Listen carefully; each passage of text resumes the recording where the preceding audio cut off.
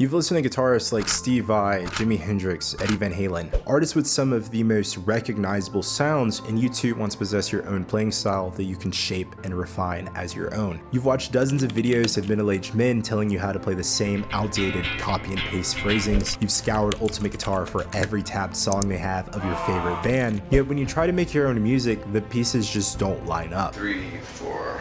What I can tell you from experience is that creating a sense of individuality, especially as a creative artist, takes time. But time itself is not going to simply hand you your own style after you've been playing guitar for 3 years. Guitar gods, I've been playing guitar for a long time, and I just really want my own style. Guitar god, my motherfucking ass. The only style I'm gonna give you is how to shut the up. It's not complicated, but there's more to it than you might think. I'm going to be sharing just 3 simple steps that you can follow in order to go from being an easily replicated cover artist to an original music making machine.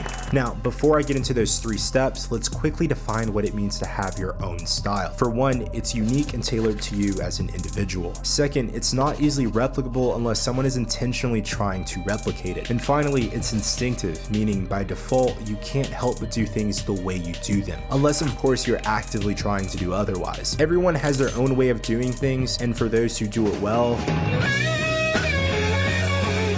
sometimes even very poorly, it becomes a trait that individually separates them from everyone else. So how do we get there? The first step to finding your own sound is identifying what styles of music and genres inspire you. For most people, it's highly probable they'd be interested in playing music that's along the lines of what they listen to. The sooner you're able to pinpoint the form of guitar playing that you're most interested in developing, the quicker you'll be able to progress up the guitar ladder. Now, you don't need a concrete idea of the exact genre that you want to hone in on. The best styles will always be the ones that pull bits from several styles of music, but also understand that certain styles have very different paths of progression. For instance, blues and various forms of rock music are grown from very similar roots, so learning a couple pentatonic shapes will serve you well within the confinements of those genres. And even familiarizing yourself with bar chords will assist you across the entire spectrum of playing styles. But on the flip side, focusing on genre-specific techniques like pinch harmonics while you're still in the early stages will likely slow your progress if you want to specialize in a genre like neo-soul. However, if you want to learn classical guitar, be ready to hunker down, as it's a tough style to become fluid in as a beginner, but the techniques and concepts that you learn can be applied to virtually all types of music. That's because as one of the earliest formal music genres, people were able to build from the rules, composition, and cadence of the classical era. If you're serious about progressing and creating your own style, it'll serve you well to understand, at least at a basic level, how all of these certain genres overlap. The main thing is making sure you're aware of where you're going in terms of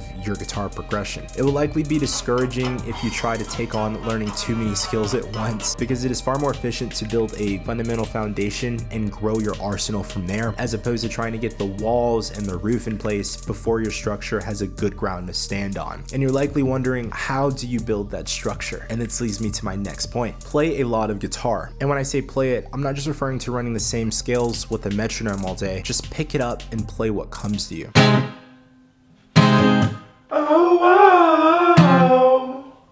Of course, it's going to take some time to be able to get to this point, but once you're able to play the instrument without always having to think about what it is you're playing, means that your muscles have begun to form patterns, and that's the sweet spot that you want to work towards. Think about it. How could you possibly develop your own style in an activity that you haven't performed enough to understand what comes easy and what takes a bit more effort to execute? As we discussed earlier, a true style should be instinctive. Once the basics have been grasped, then you should focus on trying to tweak your approach to make it unique. If you focus too heavily on doing it your own way in the beginning, you'll end up having to work backwards in the future. You simply can't avoid the fundamentals. And as you've all heard, you have to learn the rules before you can break them. A prime example of this is when I was furthering my guitar playing in my early teenage years. I noticed that when playing faster, it was sometimes difficult for me to jump strings using the guitar pick. As a solution to this problem, I began using my middle finger to pluck the strings whenever I needed to skip them. Several years down the line, I learned this technique was known as hybrid picking, which involves blending basic flat picking with fingerstyle.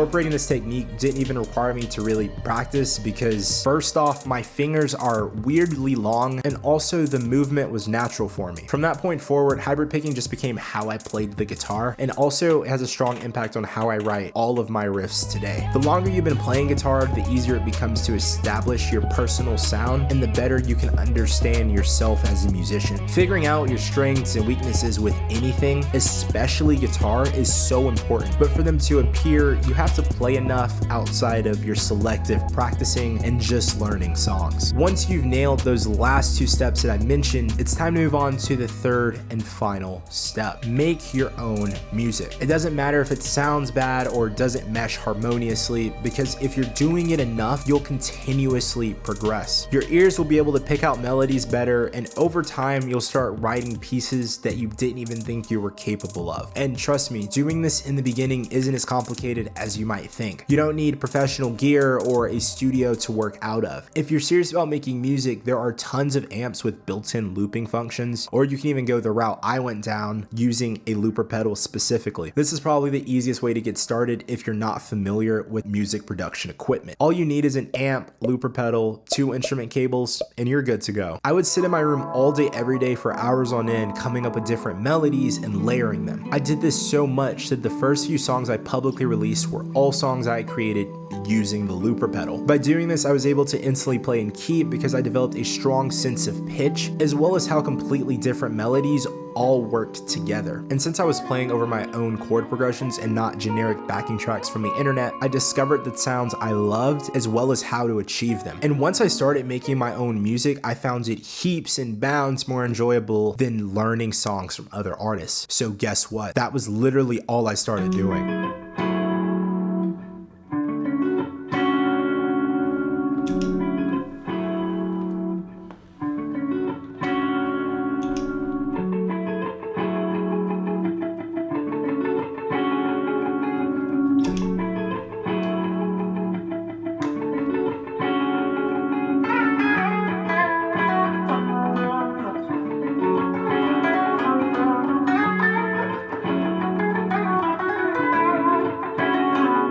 It takes no time to start making your own music. It also enables you to be expressive, to put together the best parts of the music you like while throwing out everything you don't. As you trail further down this rabbit hole, you'll slowly begin to see how your style has changed over time, and you'll see how all of these steps work together. Not only that, but your personal flair will start to transpire as you create more and more music that is personalized to your liking and capabilities. You're pretty much a product of what you consume, so take what you've learned from your favorite artists and bands, mesh that with your own approach to guitar playing, and you're well on your way to developing your own style. It's never too late to start building a path of individuality with your guitar playing, but the longer you continue to cover songs in place of making them, the more blurred the line will be between music that is your own and music that you're just used to playing. Find your sound, build off of it, and make something special. The greatest things are the ones that set themselves apart from everything else. Maybe change your pickups, play with your tone knob, just find your sound. It's a process, so stick with it and stay true to what you like. I wish you the best of luck on your journey. Thanks for watching, and I will see you guys next time.